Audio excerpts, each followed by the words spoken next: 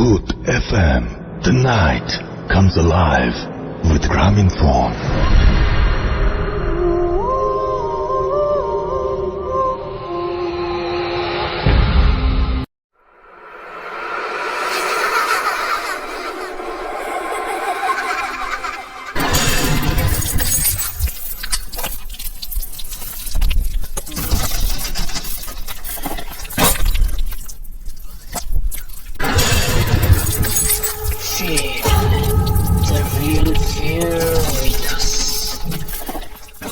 প্রিয় লিসেনার্স, আসসালামু আলাইকুম। 2023 সালের শেষ ফ্রাইডে স্পেশাল এপিসোডে সকলকে স্বাগত জানাচ্ছি। আশা করি সবাই ভালো আছেন, সুস্থ আছেন। প্রিয় লিসেনার্স, 2023 সালে আমরা অনেকগুলো এপিসোড করার চেষ্টা করেছি আলহামদুলিল্লাহ, কারণ আপনারা প্রচুর সংখ্যক ঘটনা পাঠিয়েছিলেন। 2024 সালে আমরা চেষ্টা করছি আরো ভালো কিছু আপনাদেরকে উপহার দেওয়ার জন্য। আমরা বিশ্বাস করি আপনারা যে ঘটনাগুলো আমাদেরকে পাঠান সেগুলো সত্য ভয়ের ঘটনা।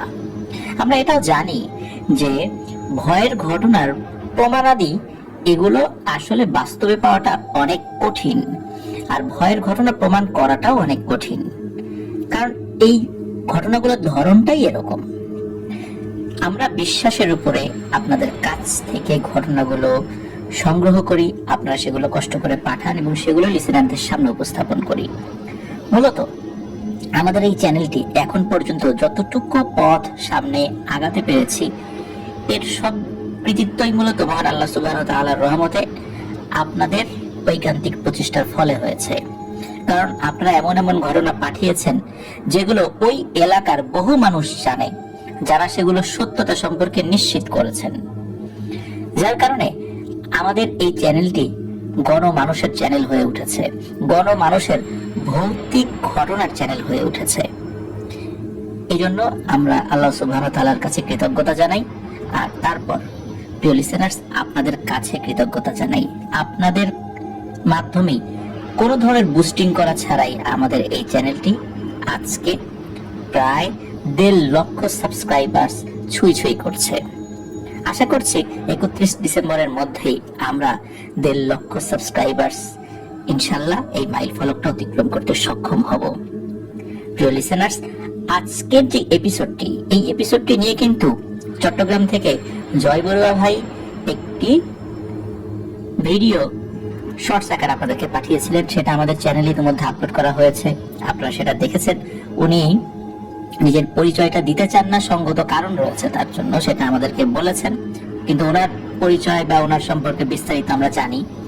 ওনাকে ব্যক্তিগতভাবে অনেকেই চেনেন যারা চট্টগ্রামে আছেন, এমনটা নয় যে ওনাকে কেউ চেনেন না, একটা ছায়া অবয়ব আপনাদেরকে ঘটনা পাঠায়, বিষয়টা এমন নয়। ওনার পরিচিত বহু মানুষ কিছুদিন আগে একটি ভিডিও ক্লিপ আমাদেরকে পাঠিয়েছেন, আমাকে স্পেশালি। সেটা আমি দেখলাম যে উনি কিভাবে ঘটনা সংগ্রহ করছেন, কিন্তু সেটা আসলে পাবলিশ করার জন্য নয়, এটা শুধু আমাদের দেখার জন্য। প্রিয় লিসেনার্স, পাহাড়ি যে ঘটনাগুলো এগুলো কিন্তু আমাদের স্বাভাবিক যেই পরিবেশ সেখান থেকে একটু অন্য রকমের হয়ে থাকে, কারণ সেখানকার মানুষের ধর্ম, বিশ্বাস, সংস্কৃতি আমাদের এই সমতল ভূমির থেকে অনেকটাই আলাদা। এই কারণে ওই সমস্ত ঘটনাগুলোর বর্ণনা থেকে শুরু করে নিয়ে এই ঘটনার যে সলিউশন গুলো, এগুলো আমাদের স্বাভাবিক যেই আচার আচরণ থেকে ভিন্ন রকমের হবে। এই জন্য আপনাদেরকে বিনীতভাবে আমি অনুরোধ করব, পাহাড়ি ঘটনা যেহেতু ভিন্ন পরিবেশের, ভিন্ন সংস্কৃতির, সুতরাং সেই বিষয়গুলো আপনারা ভিন্ন দৃষ্টিকোণ থেকেই দেখবেন। আমাদের স্বাভাবিক চিন্তা বা ধর্ম বিশ্বাসের সাথে সেগুলো আপনারা গুলিয়ে ফেলবেন না প্লিজ। অনেকেই এটা নিয়ে আমাকে বিভিন্নভাবে তাদের মতামত ব্যক্ত করেন, কিন্তু এটা বুঝতে হবে যে এক একটা ধর্মের বিশ্বাস এক এক রকমের, তারা তাদের মতো করে সেটা সলিউশন করবে, এটাই স্বাভাবিক। সুতরাং আমরা সেই দৃষ্টিকোণ থেকে বিষয়গুলো মূল্যায়ন করার চেষ্টা করবো ইনশাআল্লাহ। প্রিয় লিসেনার্স, কথা না বাড়িয়ে চলে যাব ঘটনায়। আজকের এপিসোডে মূলত দুটি ঘটনা জয় বড়ুয়া ভাইয়ের কাছ থেকে আমরা পেয়েছি, দুটি ঘটনায় ব্ল্যাক ম্যাজিককে কেন্দ্র করে। চলুন শুরু করি জয় বড়ুয়া ভাইয়ের পাঠানো প্রথম ঘটনা।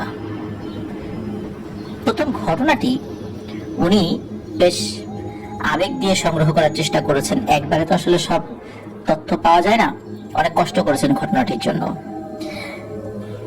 উনি যেভাবে পাঠিয়েছেন আমি সেভাবেই আপনাদের সামনে উপস্থাপন করব। ঘটনার সাল 1995 সালের আশেপাশে এরকম একটা সময়। স্থান খাগড়াছড়ির মাটিরাঙ্গা এলাকার দৈল্লা নামক গ্রামে। ঘটনার সাথে যে ব্যক্তিটি সম্পৃক্ত ওনার নাম জ্যোতিধন ত্রিপুরা। মানুষ তাকে গুজাবুড়া বা কুজো বৃদ্ধ নামে চিনে থাকেন।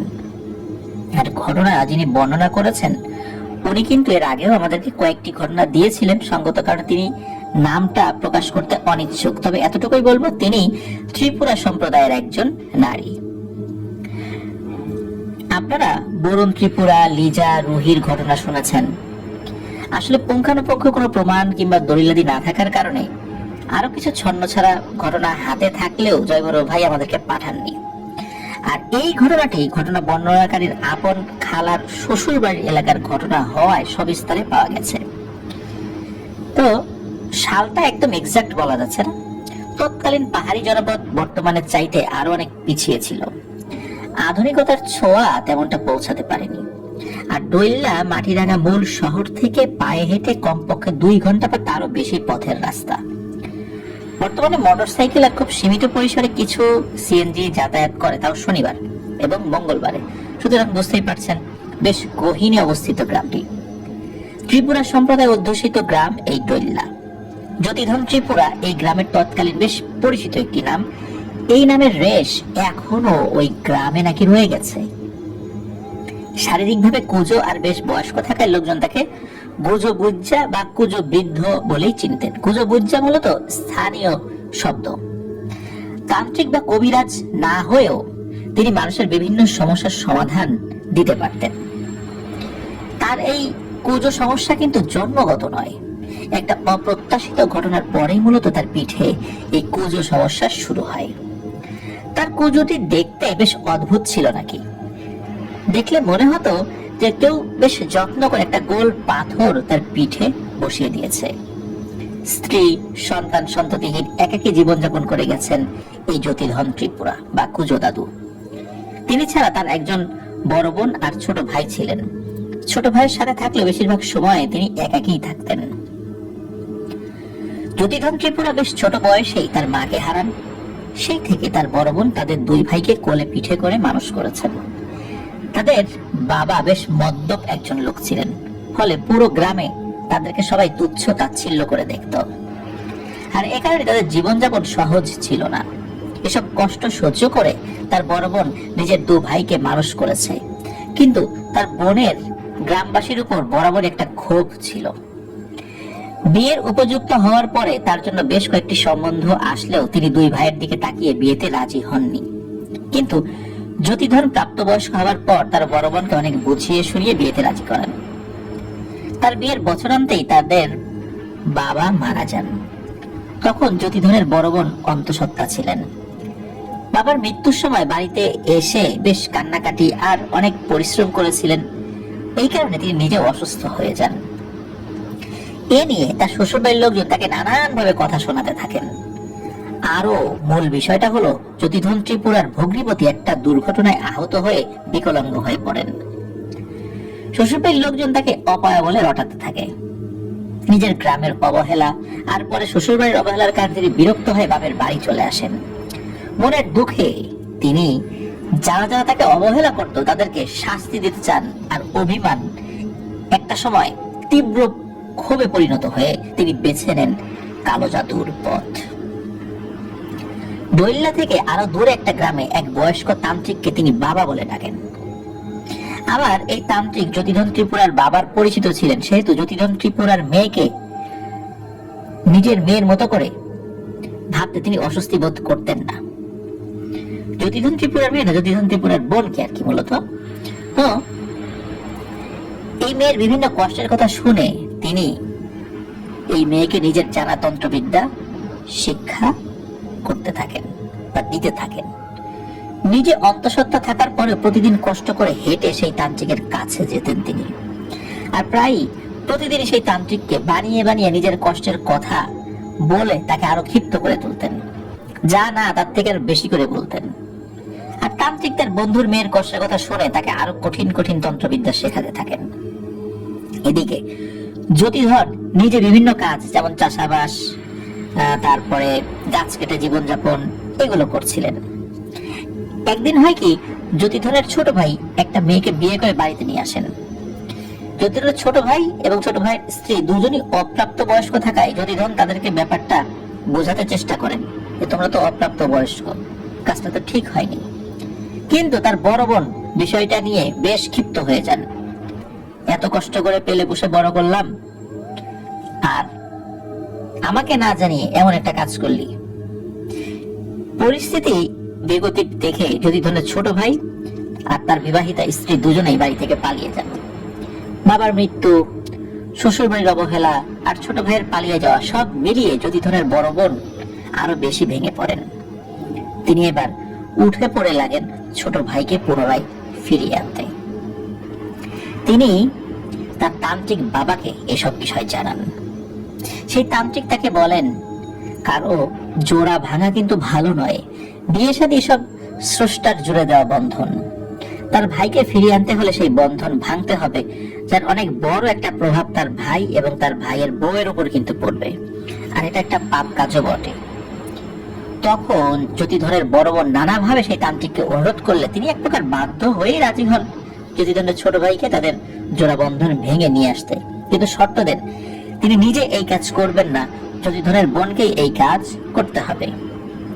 আর জ্যোতিধরের বড় বোন মুহূর্তেই রাজি হয়ে যায় সেই প্রস্তাবে। তান্ত্রিকের কথা মতো শুরু হয় কাজ। মন্ত্রপুত একটা মৃত মানুষের সাদা কাপড়ের সাথে জ্যোতিধনের ছোট ভাইয়ের কাপড়ের অংশ জুড়ে দিয়ে সেই কাপড় দিনরাত শুধু মাথার উপর ঘোরাতে থাকেন তিনি। সন্ধ্যা হলে বিভিন্ন অদ্ভুত রিচুয়াল করে একটা গাছের উপর উঠে সেই কাপড় বাতাসে নেড়ে মন্ত্র আওড়াতে থাকতেন তিনি। একদিন দুদিন এভাবে ঠিক 5 দিনের মাথায় বেশ বিধ্বস্ত অবস্থায় ফেরত আসে তাদের ছোট ভাই। স্রষ্টার কি নিয়তি, একজোড়া ভাঙার কারণেই সেদিন থেকেই এই ওনার গর্ভের যেই সন্তান যেটা নড়াচড়া করত, এই গর্ভের বাচ্চার নড়াচড়া উনি ফিল করতে পারছিলেন না। একটা সময় দেখা গেল নড়াচড়া পুরোপুরি বন্ধ হয়ে গেছে। দুদিন পরে স্থানীয় ধাত্রী দিয়ে ডেলিভারি করানো হলে জ্যোতিধনের বড় বোন একটা মৃত বাচ্চা প্রসব করেন। বাচ্চাটি ছিল ছেলে সন্তান। আরো একবার জ্যোতিধনের বড় বোন মাত্রাহীন কষ্টের শিকার হন। পুরো গ্রাম জুড়ে আবারও মানুষের নানান কটূক্তি আর অবহেলার পাত্রী হলেন তিনি আর তার পরিবার। সদ্য ভূমিষ্ঠ শিশুর সৎকার করার পরে তিনি নিজেকে শুধরিয়ে নেবার পরিবর্তে আরো বেশি ক্ষিপ্ত হয়ে যান। এতটাই ক্ষিপ্ত হয়ে যান তিনি তার শ্বশুর বাড়িতে তার স্বামীর কাছেও আর ফিরে যাননি। এদিকে ফিরিয়ে আনা তার ছোট ভাইটি সারাদিন হাবাগোবা হয়ে বাড়িতে বসে থাকত। কালো জাদুর বেশ কঠিন প্রভাব পড়েছিল তার উপর। এতদিন অন্তঃসত্ত্বা থাকার কারণে পুরোপুরিভাবে মনোনিবেশ করতে না পারলেও এবার তিনি নাওয়া খাওয়া ভুলে রীতিমতো পাগলের মতো তন্ত্র সাধনায় মগ্ন হয়ে যান।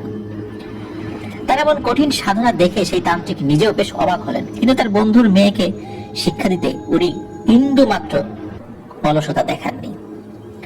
বড় বোনের এমন আচরণে জ্যোতিধন ত্রিপুরা মাঝে মাঝে অবাক হলেও বিস্তারিত কিছু জানতেন না, আর মায়ের মতো শ্রদ্ধা করার কারণে সে বিশেষ কিছু তার বড় বোনকে বলতেও পারত না। তন্ত্র শিক্ষার শেষে শুরু হয় তার সব সাধনা, মানে মৃত সাধনা, মানে মৃত দেহ নিয়ে তাকে সাধনা করতে হবে এখন। কিন্তু বিপত্তি বাধে ওখানে। কোনোভাবে মৃতদেহ সংগ্রহ করতে পারছিলেন না তিনি, কেননা ত্রিপুরা সম্প্রদায়ের লোকেরা মৃতদেহ আগুনে সৎকার করে। কেবল কোনো বাচ্চা মারা গেলে তবেই তাকে মাটিতে দাফন করা হয়। নিজের মাত্রাহীন পাগলামি আর অবহেলিত মনে তীব্র ক্ষোভে তিনি নিজের দাফন করা বাচ্চার মরদেহ পুনরায় মাটি থেকে তুলতেও বিন্দু মাত্র দ্বিধা করেননি এবং দ্বিতীয়বার চিন্তাও করেননি। কেবল কিছু হাড়গোড় আর মাথার খুলি দিয়েই শুরু হয় তার সব সাধনার যাত্রা। একটা সময় এক অমাবস্যা রাতে তিনি সাধনা করতে করতে জ্ঞান হারিয়ে ফেলেন। পরদিন তাকে উদ্ধার করা হয়। অসুস্থ হবার পরিবর্তে তিনি তৃপ্তির হাসিতে উদ্বেলিত হলেন। তার মধ্যে ভয় ডরের কোনো লক্ষণ দেখা গেল না। ছুটে চলে গেলেন সেই তান্ত্রিকের কাছে, তাকে সবকিছু খুলে বলেন অমাবস্যা রাত্রে কি কি হয়েছিল তার সাথে। সেই তান্ত্রিক বুঝতে পারেন আজ থেকে যতিধরের বড় বোনও একজন খুব বড় মানের তান্ত্রিক হয়ে গেছেন। এবার শুরু হয় তার শেখা কাজের চাক্ষুষ প্রমাণের কাজ, সেই সাথে নিজের বিদ্যায় নিজেকে পরীক্ষা করার পালা। সদ্য দোহানো 1 কাপ গরুর দুধে মন্ত্র পড়ে তিনি রেখে দেন। যদি পরদিন সকালে দুধ লাল হয় তবে তার তন্ত্রবিদ্যা শেখা আরো বাকি, আর যদি কালো হয় তবে তিনি এবার পুরোপুরি প্রস্তুত। পরদিন সকালে দেখা গেল সদ্য দোহানো গরুর দুধ পুরোপুরি কালো রঙের হয়ে গেছে। তিনি আরো খুশি হলেন। এদিকে বেচারা যতিধন পরিবারের হাল একাই টেনে চলেছেন। ভোরে বের হয়ে যেতেন আর রাতে ফিরতেন। মূলত যতিধরের ছোট ভাই তার বড় বোনের এসব কর্মকাণ্ডের সবকিছুই দেখতেন, কেননা তিনি সম্পূর্ণ ঘরবন্দি থাকতেন। নিজের তন্ত্র সাধনা পূর্ণ হয়েছে, এবার তিনি তার গ্রামের মানুষদের কঠিন শাস্তি দিতে চাইছিলেন, যারা ছোটবেলা থেকেই তাদের পরিবারকে বিভিন্নভাবে উপহাস করত। তারই ধারাবাহিকতায় তিনি করুণ একটা রাস্তা বেছে নেন। খুবই করুণ এক রাস্তা, ভয়ানক এক রাস্তা, বিপজ্জনক রাস্তা। গ্রামের উঠোনটি বয়সী ছেলেদেরকে দিয়ে তিনি কাঠবেড়ালি সংগ্রহ করতে থাকেন। কাঠবেড়ালি ধরতে অনেক কষ্ট হলে তিনি ছোট ডাব আর সুপারির মতো বিভিন্ন ফল দিয়ে ফাঁদ পেতে তিনি সেই ছেলেদের সাহায্যে কাঠবেড়ালি ধরতে থাকেন। পাহাড়ি এলাকায় অনেক গাছগাছালি ফলমূল ফলে, তাই কাঠবিড়ালির পরিমাণটাও সেখানে বেশি ছিল। প্রথম দিকে একটা কাঠবিড়ালিকে তিনি মন্ত্র দিয়ে ছেড়ে দিলে সেই কাঠবিড়ালি বিভিন্ন এলাকার কাঠবিড়ালিদেরকে ওই গ্রামে নিয়ে আসতে থাকে। পাহাড়ি কাঠবিড়ালিগুলো আকারে একটু বড় হয়ে থাকে, সমতল ভূমির ডোরাকাটা কাঠবিড়ালির মতো না। আর এই যতিধরের বড় বোন কিছুদিন পর পর একটা একটা কাঠবিড়ালির পেটের ভিতরে মন্ত্রপুত তাবিজ ঢুকিয়ে সেটা সেলাই করে ছেড়ে দিতেন। অসহ্য যন্ত্রণায় পুরো গ্রাম জুড়ে এই গাছ থেকে ওই গাছ, ওই গাছ থেকে এই গাছ, এভাবে সারাদিন ছটফট করতে থাকতো। সারাদিন তার স্বরে প্রচন্ড শব্দ করে ডাকতে থাকতো। এভাবে ছটফট করতে করতে সন্ধ্যার সময় যার নামে তাবিজ করা হয়েছিল ঠিক সেই মানুষের বাড়ির উঠোনে বা বাড়ির চালের উপর গিয়ে মরে পড়ে থাকতো। আর ওই দিন কোনো কারণ ছাড়াই হঠাৎ সেই নির্দিষ্ট মানুষটি ঠাস করে পড়ে মারা যেতেন। অদ্ভুত এক আতঙ্কে পুরো গ্রাম স্থবির হয়ে পড়ে। কেউ ঠিক বুঝতে পারছিলেন না যে গ্রামে কি হচ্ছে। এভাবে 3, 4, 5, 6 জন এভাবে মানুষের মৃত্যু হতে থাকে। ওই যে উঠন্তি বয়সী ছেলেরা কথার ছলে যতিধনের বোনের কাঠবিড়ালি সংগ্রহ করার ঘটনা জানিয়ে দেয় গ্রামবাসীর কাছে। আর গ্রামবাসী তার উপর ক্ষিপ্ত হয়ে তার বাড়িতে যায়, কিন্তু যথাযথ কোনো প্রমাণাদি না থাকায় তারা কিছুই করতে পারে না। উপায়ন্তর না থেকে তারা ওই যে তান্ত্রিক যার কাছে যতিধনের বোন তন্ত্রবিদ্যা শিখেছে তার শরণাপন্ন হন। তিনি নিজেও এমন অদ্ভুত ঘটনা শুনে সরেজমিনে ওই গ্রামে এসে দেখতে চান যে ঠিক কি কারণে এসব হচ্ছে। তিনি যেদিন গ্রামে এসেছেন ঠিক সেদিনই যতিধনের বাড়ির পাশের এক মধ্যবয়সী নারী প্রতিবেশী মারা যান। বাড়ির উঠোনে মরে পড়ে থাকা কাঠবিড়ালি নিয়ে সেই তান্ত্রিক নিজের বাড়িতে চলে যান এবং সবকিছু দেখে তিনি বুঝতে পারেন এটা তার শেখানো বিদ্যার একটা অংশ মাত্র, আরো তো অনেক কিছু বাকি আছে। তিনি বুঝতে পারেন এটা তার বন্ধুর মেয়েরই কাজ। তিনি তাকে ডেকে পাঠান এবং তার প্রতি অনেক রাগের বহিঃপ্রকাশ ঘটান। কেননা যতিধনের বড় বোন এতদিন তাকে সবকিছুই বাড়িয়ে বাড়িয়ে বলেছিলেন, যেটা আসলে তার সাথে হয়নি। এমন ঘটনাও তাকে বলেছিলেন, যেটা হয়েছে সেটা তো বলেছিলেনই। এতদিন সেই তান্ত্রিক জানতেন যতিধনের বড় বোন নির্দিষ্ট কিছু মানুষকে শাস্তি দেবেন, কিন্তু মৃত্যু দেবেন না। অথচ সেই নারী গ্রামে গণহারে মানুষ মারার কাছে উঠে পড়ে লেগেছে। এই জন্য এক গণহত্যা। তান্ত্রিকের সাথে বেশ বাগবিতণ্ডায় লিপ্ত হয় যতিধনের বোন এবং এটাও হুমকি দেয় যে তান্ত্রিক যদি বেশি বাড়াবাড়ি করেন তবে তাকেও কিন্তু মেরে ফেলা হবে। এটা যেন নিজের গুলি নিজের দিকে তাক করার মতো দশা। উপায়ন্তর না দেখে তান্ত্রিক নিজের সাধনায় মগ্ন হন। তার পোষা পিশাচদের ডাকলেন, কিন্তু তারা তান্ত্রিককে কোনো সাহায্য করতে পারবে না বলে সাফ জানিয়ে দেন। কেননা সে নারী তান্ত্রিক নিজেও এই পিশাচ জিনদেরকে দিয়েই কালো জাদু করিয়েছে। সুতরাং নিজেদের করা কালো জাদু নিজেরা কখনোই তারা ভাঙবে না। তারা তাকে আরো জানায় এই নারীতান্ত্রিক তাদেরকে বিভিন্ন ভাবে সন্তুষ্ট করেছে, যেটা এত বছরে এই তান্ত্রিক করতে পারেনি। এই তান্ত্রিকের সেই সাধ্যই হয়নি। সুতরাং সেই নারীতান্ত্রিকের অবাধ্য তারা হতে পারবে না, এই মর্মে নারীতান্ত্রিকের কাছে তারা প্রতিশ্রুতি দিয়েছে। আর প্রতিশ্রুতির খেলাফ করা তাদের জন্য শোভনীয় নয় এবং এটা তাদের উসুলের খেলাফ। পিশাচ জিনদের এমন কঠিন উত্তর শুনে তান্ত্রিক রীতিমতো ঘাবড়ে যান, কেননা তারই পোষা জিন আজ তার নিজের শত্রু হয়ে যাচ্ছে।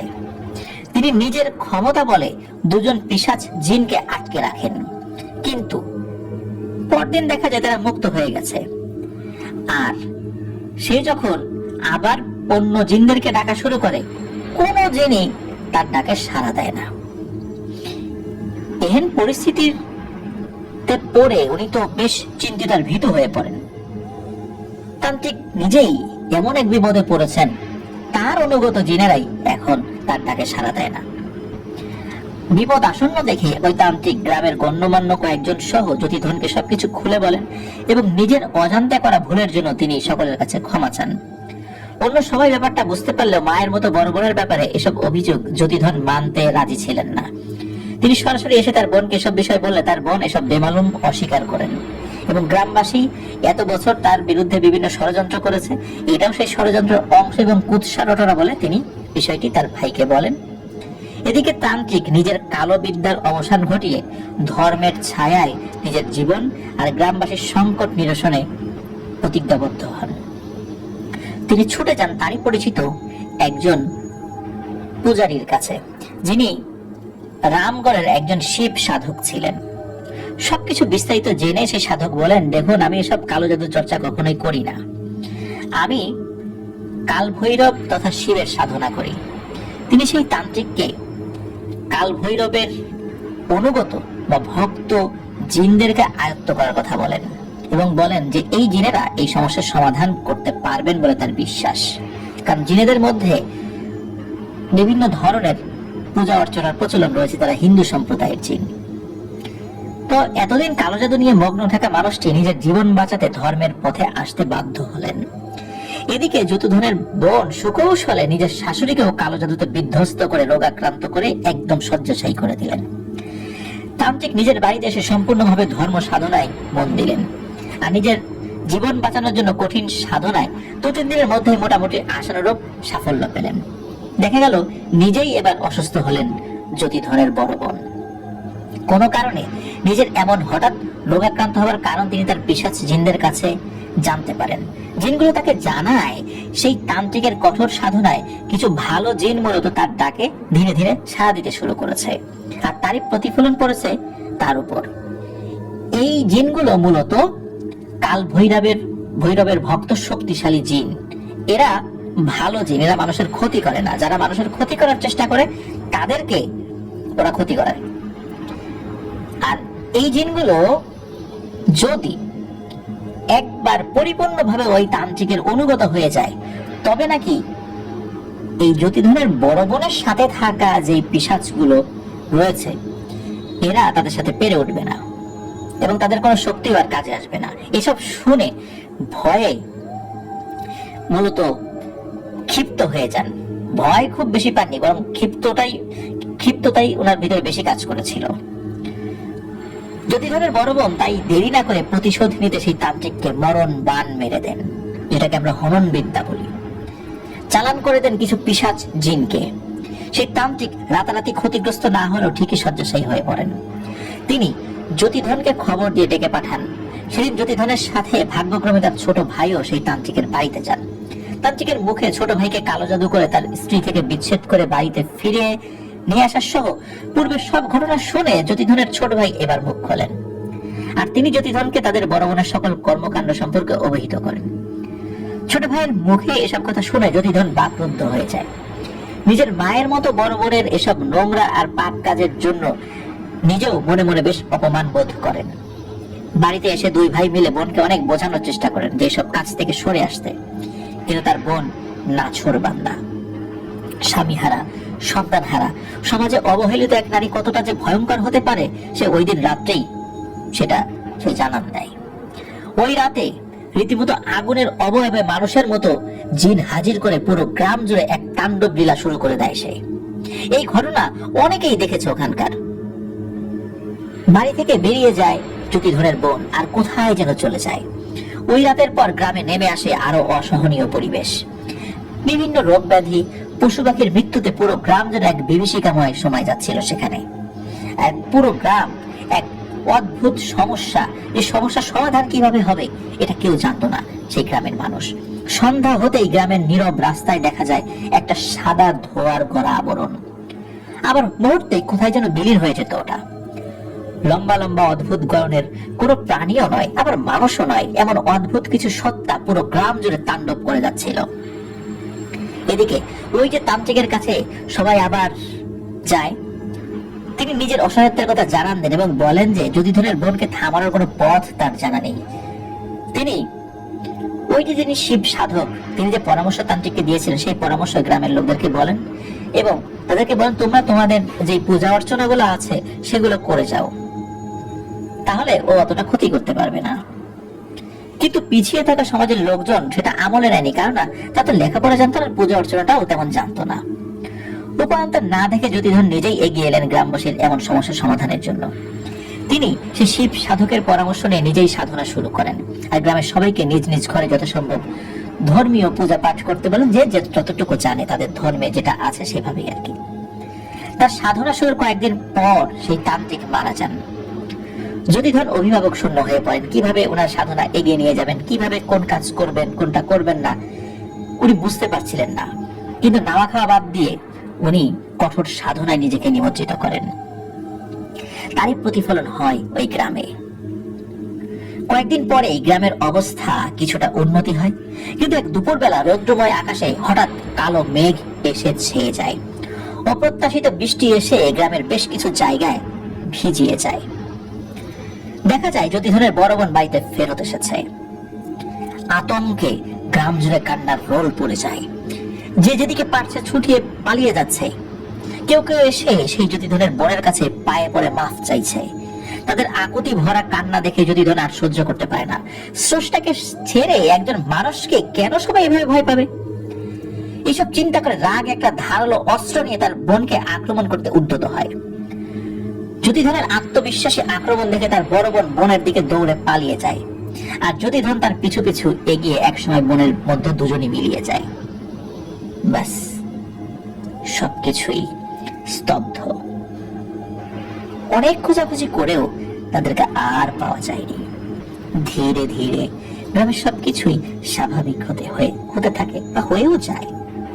1 বছর, 2 বছর, 3 বছর, এভাবে কেটে যায় 5টি বছর। একদিন হঠাৎ অনেকটা সন্ন্যাসীর বেশে এক কুজো লোক ডৈলা গ্রামে এসে উপস্থিত হয়। গ্রামের মানুষজন ধরেই নিয়েছিল জ্যোতিধন ত্রিপুরা আর তার বোন একে অপরকে মেরে দুজনেই হারিয়ে গেছে চিরতরে। কিন্তু সেই কুজো লোককে দেখে সবাই চিনতে পারেন এটা আর কেউ নয়, জ্যোতিধন ত্রিপুরা নিজেই। গ্রামের সবাই ছুটে আসে তাকে দেখতে, কিন্তু জ্যোতিধন কারোর সাথে কোনো কথা না বলে নিজের বাড়িতে সেই স্থানে গিয়ে বসে পড়েন যেখানে তিনি সাধনা করতেন। জ্যোতিধনের ছোট ভাই তাকে জড়িয়ে ধরে অনেক কান্নাকাটি করেন। 5 বছরে জ্যোতিধনের মতোই গ্রামে অনেক কিছু পরিবর্তন হয়েছে। জ্যোতিধনের ছোট ভাইয়ের সেই বউ ফিরে এসেছিল, তাদের একটা মেয়ে সন্তানও হয়েছিল, আর সেই মেয়ে সন্তানই মূলত ঘটনা বর্ণনাকারীর আপন খালার মামি শাশুড়ি। বেশ শক্ত সামর্থ্য জ্যোতিধন কুজোর ভারে দুর্বল হয়ে গেছেন। অনেকেই জানতে চাইলেও জ্যোতিধন কখনোই কাউকে তার বড় বোনের ব্যাপারে এবং তার কুজের কারণ বলেননি। শুধু এতটুকু বলতেন এটা নাকি তার যে সাধনা, এই সাধনায় সিদ্ধি লাভের নিদর্শন। আর এই কাল ভৈরবের ভক্ত যে জিনেরা রয়েছে, এই জিনগুলো নাকি এই সমস্যার সমাধান করেছে। এরপর থেকে তিনি বাকি জীবনটা ধর্ম সাধনায় কাটিয়ে দিয়েছেন। ওই গ্রামে আর কখনোই কোনো কালো জাদুর প্রভাব বা অপ্রত্যাশিত কিছু ঘটেনি। তবে জ্যোতিধন ত্রিপুরা নিজের পূজার বিভিন্ন উপকরণ দিয়ে মানুষকে উপকার করার চেষ্টা করতেন, আর তার কাছ থেকে অনেকেই উপকৃত হয়েছেন এটা শোনা যায়। গ্রামে তিনি কুজো বুজ্জা বা কুজো বৃদ্ধ বলেই পরিচিত ছিলেন। পরিণত বয়স বলতে যেই বয়সে মানুষের মৃত্যু হওয়াটাই আমরা স্বাভাবিক বলে ধরে নিই, ঠিক এভাবেই যদি ধরুন ত্রিপুরা বার্ধক্যজনিত কারণে খুব স্বাভাবিকভাবে মারা যান।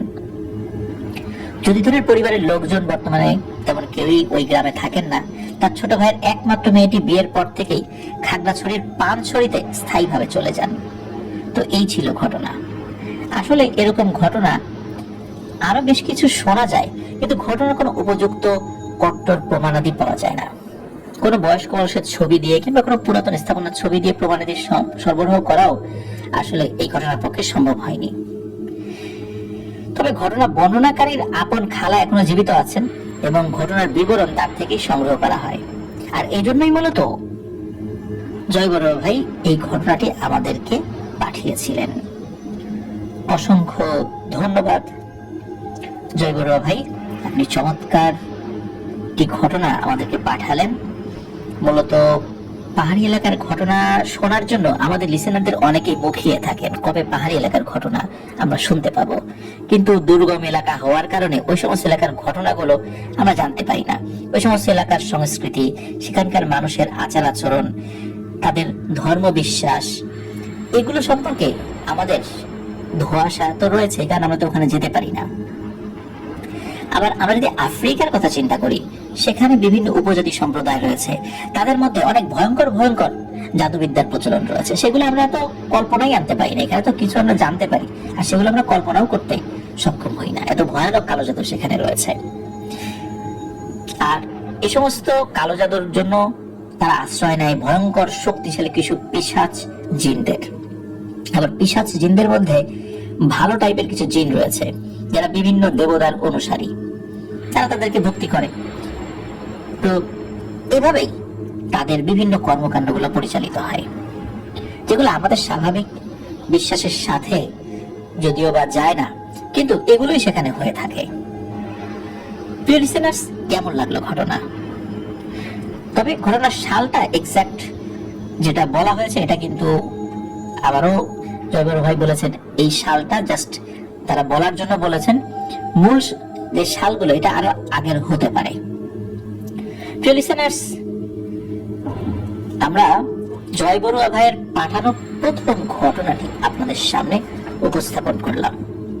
আমরা চলে যাব দ্বিতীয় ঘটনায়। দ্বিতীয় ঘটনায় যাওয়ার আগে যারা আমাদের সাথে যুক্ত হয়েছেন কিন্তু এখনো আমাদের চ্যানেল সাবস্ক্রাইব করেননি, তারা দ্রুত সাবস্ক্রাইব করে ফেলুন প্লিজ। আর আপনাদের ওয়ার্ল্ড নামে যে ফেসবুক পেজ এবং গ্রুপ রয়েছে, সেখানে আপনারা সদস্য হয়ে যেতে পারবেন। আমাদের ফেসবুক পেজ এবং গ্রুপে আমরা কিন্তু নতুনত্ব আনার চেষ্টা করছি। আমরা 2024 সাল থেকে বিভিন্ন ধরনের ভিডিওগুলো আনার চেষ্টা করব ইনশাল্লাহ আপনাদের সামনে। সেই ভিডিওগুলো অতিরঞ্জিত আকারে আমরা উপস্থাপন করব না, যেটা সত্য আমরা পেয়েছি সেটাই বলার চেষ্টা করব। এমন হতে পারে কোথাও গিয়েছি, সেখানে গিয়ে শুনলাম যে সেখানে আসলে কোনো ভয়ের বিষয় নেই, মানুষ বলছে যে না এখানে কোনো ভয়ের ব্যাপার নেই, তা আমরা সেই বিষয়গুলো আপনাদের সামনে উপস্থাপন করবো। আর যেখানে মানুষ যেটা বলে আমরা সেটাই আপনাদের সামনে উপস্থাপন করার চেষ্টা করব। কোথাও গেলে আমরা যে সেখানে ভূত আছে সেটা প্রমাণ করতেই হবে, এমন ধরনের ভাওতাবাজির কর্মকাণ্ড আমরা পছন্দ করি না। আমরা শুধু সেই স্থানটা দেখাবো। কোনো রাত বিরেতে গিয়ে ভূত ধরার মিশন আমরা কখনোই পছন্দ করি না, বা এই কাজে আমরা কখনো যাওয়ার ইচ্ছা পোষণ করি না। প্রিয় লিসেনার্স, চলুন চলে যাব আমাদের এবারের জয় বড়ুয়া ভাইয়ের পাঠানো দুটি ঘটনা নিয়ে, যে ব্ল্যাক ম্যাজিক স্পেশাল এপিসোড হচ্ছে আমাদের 2023 সালের শেষ ফ্রাইডে স্পেশাল এপিসোড, সেই এপিসোডের দ্বিতীয় এবং শেষ ঘটনায়। প্রিয় লিসেনার্স, আসসালামু আলাইকুম।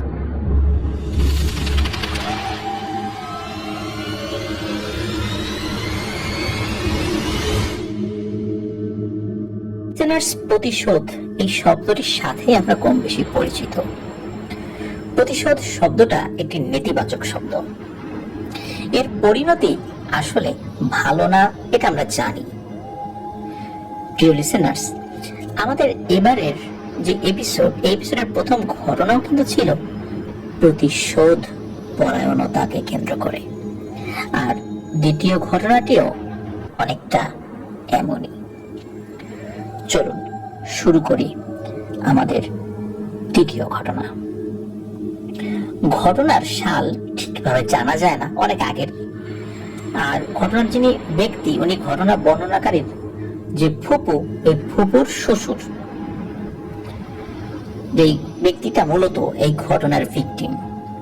ঘটনার স্থান চট্টগ্রামের লোহাগাড়া উপজেলার মৌলবীর দোকান নামক একটা এলাকার। আর ঘটনার যিনি বর্ণনাকারী, ওনার নাম মোহাম্মদ শফিকুল ইসলাম বাবুল। প্রিয় লিসেনার্স, জয় বড়ুয়া ভাই যেভাবে এই ঘটনাটি বলেছেন আমি সেভাবে উপস্থাপন করার চেষ্টা করব। মূলত এই ঘটনায় একাধিক ক্যারেক্টার রয়েছে, এই কারণে নিজের মতো করে বললে বুঝতে অসুবিধা হতে পারে আপনাদের কাছে। এই জন্য ঠিক জয় বড়ুয়া ভাই যেভাবে লিখে পাঠিয়েছেন আমি সেভাবেই বলছি। বলছেন জয় বড়ুয়া ভাই, আমি ঘটনার ব্যক্তির পরিবার এবং তাদের নাম ব্যবহারের অনুমতি চাইলে ঘটনার যিনি বর্ণনাকারী মোহাম্মদ শফিকুল ইসলাম বাবুল ভাই, তিনি রাজি হননি। তার কারণ অবশ্য ঘটনার মধ্যেই নিহিত আছে। তবে এতটুকু বলেছেন যে ওই পরিবারের তৎকালীন জমিদার পরিবারের মতো নাম ডাক ছিল। এখনো ওই এলাকায় তাদের যথেষ্ট নাম ডাক আছে, মানে এক নামে সবাই চেনে। বহু আগের ঘটনা হওয়ায় বর্তমান আধুনিক যুগের কেউই তেমন একটা জানে না ঘটনাটা। তবে এখনো গ্রামের অনেক বয়স্ক মুরব্বীদের আলোচনায় মাঝে মাঝে উকি দেয় ঘটনাটা। বাবুল ভাই আমার অনেক দিনের পরিচিত একজন মানুষ, খুবই আন্তরিক এবং সদালাপী লোক। হাটহাজারীতে ওনার নিজস্ব একটা প্রেস রয়েছে। সেই সুবাদে আমার অফিসের যাবতীয় কাগজপত্র ছাপানোর কাজ তিনিই করেন। বেশ কিছুদিন ধরে উনি আমার অফিসে আসলেই খেয়াল করতেন আমি কানে হেডফোন লাগিয়ে কি যেন একটা শুনছি। আগ্রহ ভরে তিনি জিজ্ঞেস করতেই আমি সবকিছু সবিস্তারে বলি, আর তিনিও বেশ আগ্রহী হয়ে আমাকে ওনার ছোটবেলায় ওনার বড় ফুপির কাছ থেকে কয়েকবার শোনা একটি ঘটনা বলেন। যদিও তিনি ছন্নছাড়া ভাবে বলেছেন, তাই আমি গুছিয়ে লেখার চেষ্টা করছি। বলছেন বাবুল ভাই, সালটা তো আমি ঠিক বলতে পারবো না, কেননা আমি আমার বড় ফুপির মুখে শুনেছি ঘটনাটা। এটা তার শ্বশুরের সাথে ঘটেছিল অনেক আগে, মুক্তিযুদ্ধের আগে তো বটেই। আমার বড় ফুপি মারা গেছেন অনেক বছর আগেই। আমি যখন ছোট ছিলাম, মানে ক্লাস 7-8-এ পড়ি, তখন পরীক্ষা শেষ করে ফুপির বাড়িতে বেড়াতে যেতাম। আমার 3 জন ফুফাতো ভাই ছিল, তাদের সাথে বেশ মজা করতাম তখন। ওদের বাড়িতে গেলে দেখতাম একটা রুমে সবসময় তালা লাগানো থাকতো। কৌতূহলবশত আমি এর কারণ জিজ্ঞেস করলে আমার ফুফাতো ভাইরা এর কিছুই বলতে পারতো না, শুধু বলতো এটা আমার দাদুর রুম। আমরাও ছোটবেলা থেকে এই রুম বন্ধই দেখে আসছি, যদিও খুব কদাচিৎ রুমটা খোলা হতো। খুব কদাচিৎ বলার কারণ এটাই যে শুধু চন্দ্র গ্রহণের দিনে নাকি এটা খোলা হতো, আর অল্প সময় পরে সেটা বন্ধ করে দিত। কারো খোলা নিষেধ ছিল রুমটা। আর ওই রুমের চাবি থাকতো আমার ফুপির বড় ভাসুরের কাছে। এক রাতে খাবারের সময় আমি আমার ফুফাতো ভাইরা মিলে আমার ফুপির কাছে সব গল্প শোনার বায়না ধরলে তিনি বলেন যে খাবারের পর সবিস্তারে এই বিষয়টা বলবেন। বলছেন আমার ফুপু, আমার শ্বশুরের নাম মোহাম্মদ আব্দুল গফুর, ছদ্মনাম। আমাদের গ্রামে জমিদার প্রথার একেবারে শেষের দিকে যতজন প্রভাবশালী আর ধনী মানুষ ছিলেন, তিনি তাদেরই একজন ছিলেন। সমাজের সর্দারও ছিলেন তিনি। অনেকগুলো ধানি জমি, পুকুর, বাগান আর সহায় সম্পত্তির মালিক ছিলেন তিনি। আর তাই তার আচরণে একটা আভিজাত্য এবং জমিদারি ভাব ছিল। অনেকজন কামলা আর কাজের লোক ছিল তখন আমার শ্বশুর বাড়িতে। তখন আমার বিয়ে হয়েছে নতুন নতুন। একবার আমাদের গ্রামের এক হিন্দু সম্প্রদায়ের একজন চাষি আমার শ্বশুরের কাছে আসেন বড় মেয়ের বিয়ের জন্য কিছু ধান আর কিছু নগদ অর্থের জন্য। চড়া সুদ আর প্রায় দ্বিগুণ পরিমাণ ধান পরিশোধ করার নিমিত্তে সেই চাষি টাকা আর ধান ধার হিসাবে নিয়ে যায়। মেয়ের বিয়ের সপ্তাহখানেক পর থেকেই আমার শ্বশুর সেই চাষিকে টাকার জন্য নানাভাবে প্রেসার দিতে থাকে, অথচ টাকা ফেরত দেওয়ার জন্য 6 মাসের চুক্তি হয়েছিল দুজনের মধ্যে। আমার শ্বশুরের লাগামহীন আচরণ আর প্রেসারের তোপে সেই চাষি সমাজের অন্যান্য লোকদের কাছে এই বিষয়ে বিচার দেন, কিন্তু আমার শ্বশুরের প্রভাবের কাছে সবাই হেরে যায়। এদিকে আমার শ্বশুর চাষির উপর আরো ক্ষিপ্ত হয়ে কৌশলে তাকে পুরো ধ্বংস করে দিতে ফন্দি ফিকির শুরু করেন। এবং সেই অনুযায়ী ফোন দিয়ে আটেনও। আমার শ্বশুর সেই চাষির বাড়িতে যাওয়া আসা শুরু করেন। এক পর্যায়ে তিনি বিভিন্ন প্রলোভন দেখিয়ে চাষির ছোট মেয়েকে, যার নাম মায়া, তাকে বিয়ের প্রস্তাব দেন। বলা বাহুল্য, আমার শাশুড়ি বহু বছর আগেই মারা গেছেন। তার প্রস্তাব শুনে চাষি কোনোভাবেই রাজি হননি, আর হওয়ার কথাও নয়। কেননা আমরা মুসলিম ছিলাম আর তারা ছিল হিন্দু। তাছাড়া তখনও ওই মেয়ে বিয়ের উপযুক্তই হয়নি এবং আমার শ্বশুরেরও যথেষ্ট বয়স হয়েছিল। গ্রামের সবাই নানাভাবে নানা কথা বললেও আমার শ্বশুরের ভয়ে সবাই তেমন কোনো প্রতিরোধ গড়ে তুলতে পারেনি। আমার শ্বশুরের কিছু কাছের মানুষ তাকে আরো উৎসাহী করে তোলে বিয়ের ব্যাপারে, কিন্তু ওই চাষি পরিবার এবং ওই চাষি কোনোভাবে রাজি হয় না। আমার শ্বশুরের প্রলোভন দেখানো ব্যর্থ হওয়ায় তিনি এবার নিজের জোর খাটানো শুরু করেন চাষির উপর। চাষির জমির আশেপাশে সবগুলো জমি জোর করে কিনে নেয় আমার শ্বশুর। তারপর তিনি সেই চাষিকে তার জমির উপর দিয়ে চলাচল করতে নিষেধ করে দেন। চাষির নিজের জমিতে যেন পানি দিতে না পারে এজন্য তিনি চারদিক থেকে বড় বড় জমির আইল বেঁধে দেন এবং অসময়ে পানি ছেড়ে দিয়ে চাষির জমির সমস্ত ফসল নষ্ট করে দিচ্ছিলেন। নিজের জমি নিজের মন মতো তিনি যা চায় তাই করবেন, এই যুক্তিতে গ্রামের অন্যান্যদেরকেও আমার শ্বশুর চুপ করিয়ে দেন বাধ্য করে। এক কথায় তিনি বিষিয়ে তোলেন চাষির জীবন। এদিকে টাকা আর দ্বিগুণ ধান পরিশোধের সময় চলে আসে। উপরন্ত না দেখে চাষি আমার শ্বশুরের কাছে নিজের জমি নামমাত্র দামে বিক্রি করে দিতে বাধ্য হয়। কিন্তু জমি নিয়ে নেওয়া আমার শ্বশুরের একমাত্র উদ্দেশ্য ছিল না। তিনি কৌশলে চাষির মেয়েকে বিয়ে করতে চাইছিলেন, কিন্তু চাষি বরাবরের মতোই রাজি হয় না। এত কষ্টে থেকেও কোনোভাবেই তিনি তার এই মেয়েকে আমার শ্বশুরের সাথে বিয়ে দেবেন না। ধর্মীয় বিশ্বাস এখানে সবচেয়ে বড় একটা বাধা ছিল। আর তার থেকে বড় বিষয়, আমার শ্বশুর মানুষ ভালো ছিল না। একদিন সন্ধ্যাবেলায় আমার শ্বশুরের কিছু লোকজন চাষির মেয়েকে তুলে নিয়ে রাতে কোথায় যেন বেঁধে রাখেন এবং পরদিন সকালে তাকে ছেড়ে দেয়। সেই মেয়ে বাড়িতে এসে তার পরিবারকে সবকিছুই খুলে বলে, কিন্তু ইতিমধ্যে সমাজে রটে যায় এই মেয়ের স্বভাব ভালো না। অথচ নিষ্পাপ এই মেয়েটি নিজের পবিত্রতার কথা বারবার বললেও তৎকালীন নারী বিরোধী সমাজ ব্যবস্থায় সে সবার কাছে অপরাধী হয়েই রয়ে যায়। মূলত এই কাজটি করেছিল আমার শ্বশুর। ওই মেয়েটিকে নিয়ে একটি রুমে তালাবদ্ধ করে রেখেছিল আর সকাল হলে তাকে ছেড়ে দিয়েছিল। যেহেতু এক রাত সে বাড়িতে ছিল না, স্বাভাবিকভাবে গ্রামে বিভিন্ন কথা উঠবে আর এই কুকথাগুলো বিভিন্ন লোকের মাধ্যমে আমার শ্বশুরই চারদিকে ছড়িয়ে দেয়। এই সুযোগ কাজে লাগায় আমার শ্বশুর। পুনরায় বিয়ের প্রস্তাব দেয় চাষিকে যে তোমার মেয়েকে তো কোথাও বিয়ে দিতে পারবা না, এখন দিবা আমার সাথে বিয়ে। এদিকে বিপদগ্রস্ত চাষির আর কোনো উপায় অন্তর থাকে না। এদিকে তার মেয়ে মায়া চেয়েছিল আত্মহত্যা করতে, কিন্তু না, সে আত্মহত্যা করেনি। সে ধৈর্য ধরেছিল, সুযোগের অপেক্ষা করছিল।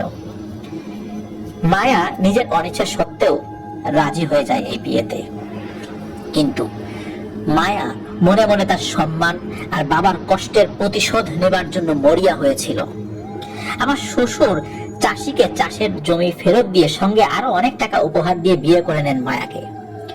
শ্বশুর বাড়িতে এসে সবসময় মন মরা হয়ে বসে থাকতো মায়া। অথচ আমার শ্বশুর মায়াকে হাসি খুশি রাখার জন্য কত কিছু যে করতো, কিন্তু এসবে কোনো কিছুতেই তার মন খুশি হতো না। এদিকে সবকিছু ফিরে পেয়েও মেয়ের শোকে সেই চাষি অনেকটা ভেঙে পড়েন। নাওয়া খাওয়া ভুলে মায়া নিজেও বেশ অসুস্থ হয়ে পড়েন। একদিন ভবঘুরে এক হিন্দু ভিখারি আমার শ্বশুর বাড়িতে ঠিক ভাতের সময় এসে ভাত খেতে চান। তখন আমার শ্বশুর বারান্দায় বসে ভাত খাচ্ছিলেন। তিনি ওই হিন্দু ভিখারিকে দেখে দূর দূর করে তাড়িয়ে দেন এবং তার কর্মচারীদেরকে দিয়েও তাকে টেনে হিচড়ে বাড়ির বাইরে নিয়ে যেতে বলেন। শোরগোল চিৎকার শুনে মায়া বাড়ির বাইরে এসে দেখে একজন হিন্দু ভিখারিকে দু তিনজন মিলে টেনে হিচড়ে বাড়ির বাইরে নিয়ে যাচ্ছে। মায়া বাড়ির পেছনের দরজা দিয়ে বের হয়ে সেই ভিখারিকে দাঁড়াতে বলে বাড়ি থেকে ভাত তরকারি এনে খেতে দেয়। টানাটানিতে বেশ ব্যথা পেয়ে ভাত খেতে খেতে সেই ভিখারি মায়াকে বলে ওঠে, শুনেছি সাধনা করে নাকি মানুষ সিদ্ধ হয়, সম্মান পায়, আর আমি কি পেলাম? অপমান আর আঘাত পেলাম। অথচ আমি কারো কাছেই কখনো খাবার চাইনি। জানি না ভগবান কেন আমাকে এখানে এনেছেন। আমার খাবার যদি এখানেই থাকতো তাহলে আমি কেন আঘাত পেলাম, আর কেনই বা সেই খাবার পুনরায় আমার কাছে এলো? ভগবানের লীলা আসলেই বোঝা বড় দায়। কেন আমি এখানে এলাম, কেন এলাম, এই কথা বারবার সেই ভিখারি বলছিল। বলেই তিনি দু চোখের জল ছেড়ে দিয়ে কান্নাকাটি করছিলেন। তার কান্না দেখে মায়া নিজেও কেঁদে দেয়। কথায় কথায় মায়া নিজেও তার সব কষ্টের কথা সেই ভিখারিকে জানায়। তখন ভিখারি বলেন, জীবনে কখনো কারো ক্ষতি করিনি মা, কিন্তু আজ যে অপমান পেলাম, নিজের সমস্ত সাধনা ব্যর্থ মনে হচ্ছে। মায়া সেই ভিখারিকে বলল, আমার শ্বশুরকে তার অহংকারের জন্য কালো জাদু দিয়ে যেন কোনো শিক্ষা দিয়ে যায় এই ভিখারি। ভিখারি বলে, এটা আমি পারবো না মা, কেননা আমার সাধনা আমাকে এটা শেখায়নি। তখন মায়া তার হাতে পায়ে ধরে অনুরোধ করে, তবুও ভিখারি রাজি হয় না। পরে মায়ার করুণ আকুতি শুনে বলেন, মারে, এই কাজ বড়ই কঠিন, এই জন্য যে নিজের জীবনও বিসর্জন দিতে হয়। মায়া ভিখারির কথা শুনে সাথে সাথে জবাব দেয়, এমন দুঃসহ জীবন রেখে লাভ কি? মরেই তো যেতে চেয়েছিলাম, কিন্তু মরিনি। ভগবান আমাকে বাঁচিয়ে রেখেছেন কিছু দেখার জন্য আর কিছু করানোর জন্য, সেটা করতে চাই। আর নিজের আত্মাহুতি দিয়ে হলেও আমি এর প্রতিশোধ নিতে চাই। আপনি নিজে কিছু করতে না পারেন তাহলে আমাকে বলুন, আমাকে কি করতে হবে? তখন ভিখারি বলে ওঠেন, মারে, মরতে পারবি? এ কথা শুনে মায়া দ্বিতীয়বারও চিন্তা না করে জবাব দেয়, পারবো। আমি আর বাঁচতে চাই না, তবে ওর উচিত শিক্ষা চাই। এদিকে আমার শ্বশুর ভাত খেয়ে উঠে বাড়ির বাইরে বেরিয়ে দুজনের কথা বলা দেখে আরো ক্ষিপ্ত হয়ে মায়াকে গিয়ে সজোরে দুটো চড় মারেন, আর সেই ভিখারিকে গলা ধাক্কা দিয়ে তাড়িয়ে দেন। ভিখারি চলে গেলে মায়াকে রীতিমতো অত্যাচার শুরু করেন আমার শ্বশুর। এতদিন যত্ন করে রাখলেও এবার তাকে বাড়ির চাকর বাকরদের মতো ব্যবহার করতে থাকেন আমার শ্বশুর। কিছুদিন পর এক দুপুরবেলা ঠিক একই সময় সেই ভিখারি আবার একই পোশাকে একই হালে সেই বাড়িতে উপস্থিত হয়, কিন্তু সেদিন আমার শ্বশুর বাড়িতে ছিলেন না। মায়া বাড়ির ভেতর থেকে সোজা দৌড়ে গিয়ে সেই ভিখারিকে হাত ধরে বাড়িতে নিয়ে যেতে চাই ভাত খেতে দেবে বলে, কিন্তু আজকে ভিখারি মায়াকে বলে, মারে, আজ আমি তোর থেকে ভাত খেতে নয়, বরং তোকে তোর দেয়া ভাতের প্রতিদান দিতে এসেছি। সামনে চন্দ্রগ্রহণ, সামনের চন্দ্রগ্রহণের রাত্রে তুই কোনো মানুষ বলি দিতে পারবি? একটু ইতস্তত বোধ করলে মায়া জিজ্ঞেস করে, মানুষ বলি? কিন্তু কি হবে তখন? সেই ভিখারি বলেন, মন যা চায় তাই করতে পারবি। সেই বলি দেওয়া মানুষের রক্তে এক পিশাচ এসে উপস্থিত হবে, সে কখনোই মুক্ত হবে না। তখন তাকে তুই যা বলবি সে ঠিক তাই করবে, কিন্তু কারো জীবন নাশ করতে চাইলে সে শুধু একজন মানুষের জীবন নিতে পারবে, আর সেই মানুষের মৃত্যুর সাথে সাথে সেই সত্তাটিও মুক্ত হয়ে যাবে। আমি আসব সেই রাত্রে তোর বলি দেওয়া মানুষটাকে নিতে। তুই যেদিন বলি দিবি আমি সেই রাত্রেই উপস্থিত হব, আমাকে ডাকতে হবে না। মায়া আবার জিজ্ঞেস করে, কিন্তু আমি মানুষ পাবো কোথায়? ভিখারি কোনো উত্তর না দিয়ে পিছনে ফিরে চলে যেতে থাকেন। কতদূর এগিয়ে গিয়ে ঘাড় ঘুরিয়ে শুধু এতটুকু বলেন, সেই মানুষ তোর ভেতরেই আছে। ভিখারির কথা বুঝতে পারে না মায়া। ভিখারি পেছনে গিয়ে পুনরায় জিজ্ঞেস করতে চায় মায়া যে, কিন্তু এটা সমস্যার সমাধান করবো কিভাবে? কিন্তু পেছনে গিয়ে হঠাৎ করে দেখে কোথাও নেই সেই ভিখারি। অবাক হয়ে যায় মায়া, সে চিন্তা করতে থাকে, ভিখারি কে বলল আমার ভেতরে কে আছে তাকে বলি দিতে হবে? এর কয়েকদিন পর মায়া জানতে পারে সে সন্তান সম্ভবা। ভিখারির কথা এবার বুঝতে পারে সে। তবে কি ভিখারি তাকে তার সন্তানকে বলি দিতে বলে গিয়েছে? কিন্তু মায়ের মন বলে কথা, কোনোভাবে মায়ের মন এটা কি হতে দিতে পারে? না, পারে না। মায়ের মন নিজের বাচ্চাকে ক্ষতি করতে সায় দিচ্ছে না, কিন্তু তার স্বামীর অত্যাচার দিন দিন বেড়েই চলছে। সকাল সন্ধ্যা তার উপর পাশবিক নির্যাতনের মাত্রা দীর্ঘ হতে থাকে। অত্যাচারের এক পর্যায়ে মায়ার গর্ভপাত হয়ে যায়। একটা ইম্যাচিউর বেবি বা অপরিপক্ক বাচ্চা মায়া জন্ম দেয়। রাগে ক্ষোভে মায়া কাউকে সেই বাচ্চাকে ধরতে দেয় না। অনেক যত্নে মুড়িয়ে রেখে সে চন্দ্রগ্রহণের রাত্রে ওই ভিখারিকে এই বাচ্চাটি তুলে দেবে বলে কাপড়ে খুব সুন্দর করে মুড়িয়ে রেখেছিল। কিন্তু তার স্বামী তাকে এই বাচ্চাটা নিয়ে নেওয়ার জন্য অনেক মারধর করে, কারণ তাকে দাফন করতে চায়। কিন্তু মায়া না ছড়বান না, কোনোভাবেই তার স্বামীকে এই বাচ্চাটি ছুঁতে পর্যন্ত দেয় না। কয়েকদিন পর চন্দ্রগ্রহণের গভীর রাত্রে বাড়ির উঠোনে আবছা আলোয় কিছু একটা দেখতে পায় মায়া। ওই রাত্রে হঠাৎ করে মায়ের ঘুম ভেঙে যায়। মনে হচ্ছিল বাড়ির উঠোনে কেউ দাঁড়িয়ে আছে।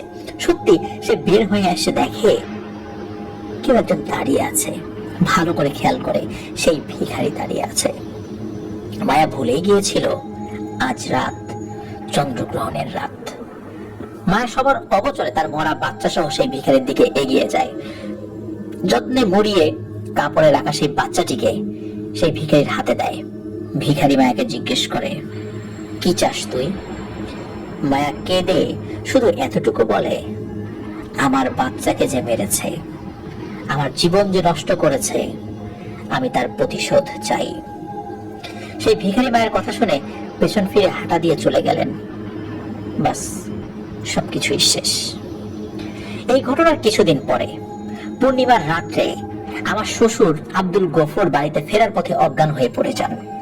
পরদিন সকালে সবাই তাকে উদ্ধার করে বাড়িতে নিয়ে আসেন। তার কাছে জিজ্ঞেস করা হলে তিনি বিশেষ কিছু বলতে পারেননি, কিন্তু বেশ অসুস্থ হয়ে পড়েন। প্রথম দিকে তার শরীর কিছুটা নড়াচড়া করতে পারলেও ধীরে ধীরে সেটা সম্পূর্ণ অবশ হয়ে যেতে থাকে। কিন্তু আশ্চর্যের বিষয়, তিনি কিন্তু কথা বলতে পারতেন না, সবকিছু উপলব্ধি করতে পারতেন। তৎকালীন চিকিৎসা ব্যবস্থায় সর্বোচ্চ চেষ্টা করা হলেও তার শরীর সচল করা সম্ভব হয়নি। পরিবারের অন্য সদস্যরা রোগের কোনো প্রতিকার খুঁজে না পেয়ে হতাশ হয়ে যান। পুরোপুরি শয্যাশায়ী হয়ে পড়েন আমার শ্বশুর। কিন্তু আমার শ্বশুর এমন অবস্থায় মোটেও বিচলিত বা কষ্ট পায় না মায়া। এক রাত্রে আমার শ্বশুরের চিৎকারে আমাদের ঘুম ভাঙে। তার রুমে গিয়ে দেখি তিনি বিছানায় উপর হয়ে শুয়ে আছেন আর বলছেন, আমাকে বাঁচা রে, আমাকে বাঁচা, ওটা আমাকে মেরে ফেলবে।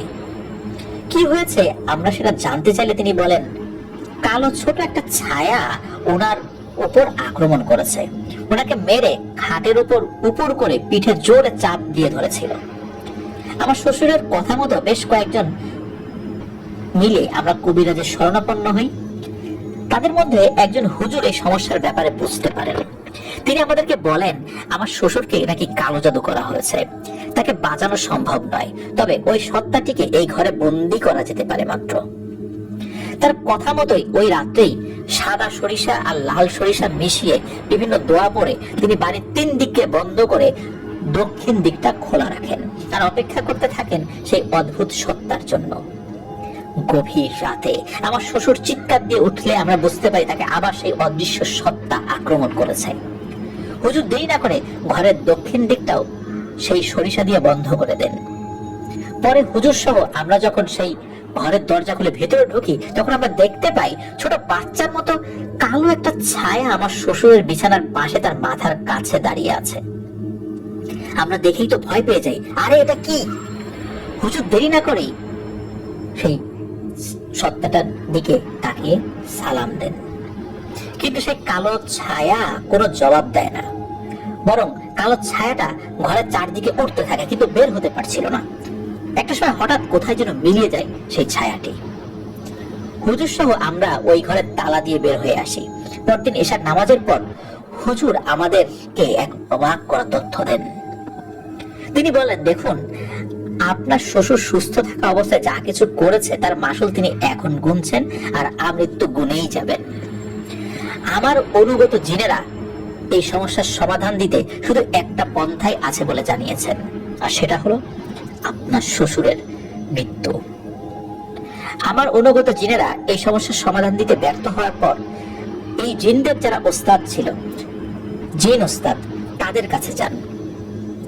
সেই ওস্তাদরাও এই সমস্যার সমাধান দিতে, মানে আপনার শ্বশুরকে সুস্থ করার কোনো পদ্ধতি বাতলে দিতে ব্যর্থ হওয়ার পর তার ছাত্র জিনদেরকে বলেন, যে এই ওস্তাদদেরও যিনি ওস্তাদুল আসাতিজা বলা হয় যাদেরকে, তাদের কাছে যেতে, মানে সেই ওস্তাদ জিনদেরও ওস্তাদ জিন, তাদের কাছে সেই জিনেরা যান। যাওয়ার পরে সেই জিনেরা বলেন মৃত্যুই একমাত্র সমাধান। এটার যে সমাধান নেই তা নয়, কিন্তু এই ধরনের এত পুরনো কালো জাদু, এত ভয়ানক কালো জাদুর সমাধান তাদের জানা নেই। তবে হ্যাঁ, যদি কেউ এই সমস্যার সমাধান দিতে পারেন, তিনি নিঃসন্দেহে একজন বড় মাপের আল্লাহওয়ালা সাধক ব্যক্তি। আর যিনি এই সমস্যার সমাধান দিতে পারবেন, তাহলে এই যে ওস্তাদুল আসাতিজা যে জিনগুলো, এই 3 জেনারেশনের জিন, এই 3 জেনারেশনের জিন এবং সেই হুজুর, যেই হুজুরের সমস্যার সমাধান করার জন্য তথ্য নিয়েছেন, এরা সবাই এসে ওই ব্যক্তির কাছে বায়াত হবেন। কারণ তিনি কোনো সাধারণ ব্যক্তি হবেন না যিনি এই সমস্যার সমাধান করতে পারবেন। কেননা এই কালো সত্তাটি নাকি এই যে ব্যক্তিটি অসুস্থ তার রক্তের সাথে সম্পর্কযুক্ত, কারণ তার রক্ত দিয়ে তাকে কালো জাদু করা হয়েছে। আর এই অদৃশ্য সত্তা আসলে ওনাকে কোনো আঘাত করছে না, সে ওনার সাথে খেলছে। কিন্তু এই খেলার ধরনে আপনার শ্বশুর কষ্ট পাচ্ছে। আরো দুঃখের বিষয় হলো, এই সত্তাটি খাবারের জন্য নাকি পুরোপুরি এই আব্দুল গফুর সাহেবের উপর নির্ভরশীল। আব্দুল গফুর সাহেবের রক্ত থেকেই নাকি এই সত্তাটি আস্তে আস্তে বড় হচ্ছে। আমার জিনেরা আমাকে এই কাজে আর এক চুল বা এক কদম অগ্রসর হতে নিষেধ করেছে, কেননা নিজের রক্ত থেকে কাউকে আলাদা করা যায় না।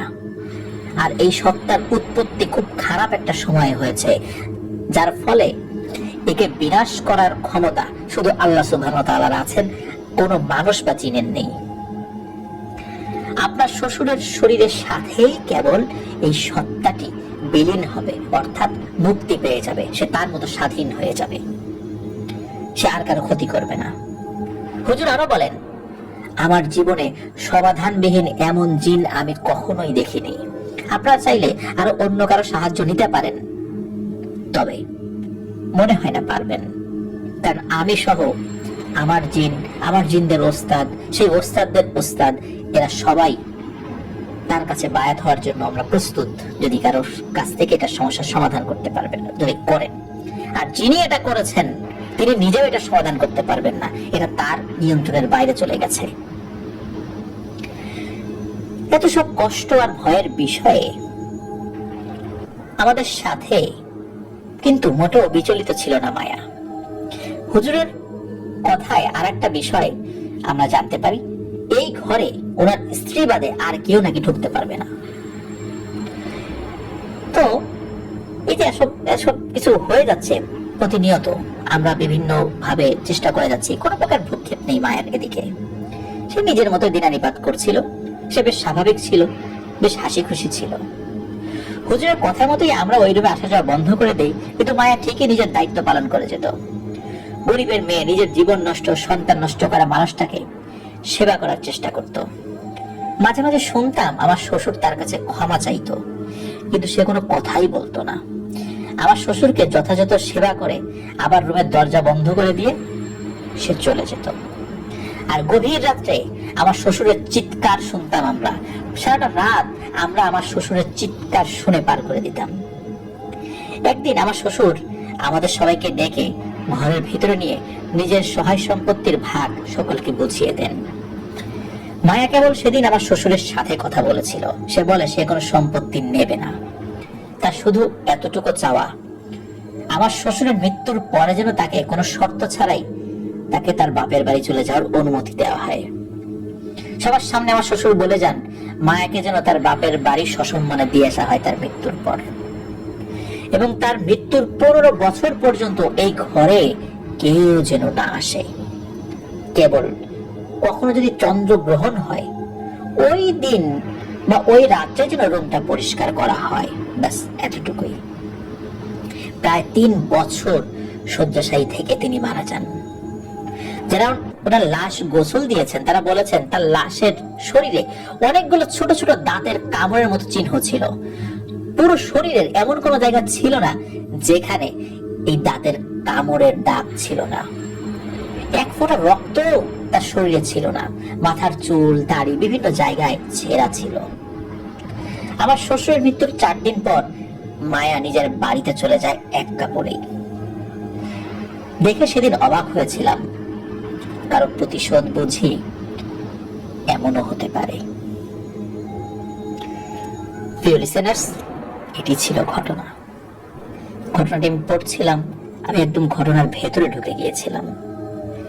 আসলেই প্রতিশোধ খুব কঠিন জিনিস, অনেক কঠিন থেকে কঠিনতর প্রতিশোধ হতে পারে। যার মধ্যে একবার প্রতিশোধের স্পৃহা জন্মে যায়, তাকে আর সরানোটা সেই পথ থেকে অনেকটা কঠিন হয়ে যায়। আল্লাহ আমাদেরকে ধৈর্য ধারণ করার তৌফিক দান করুক।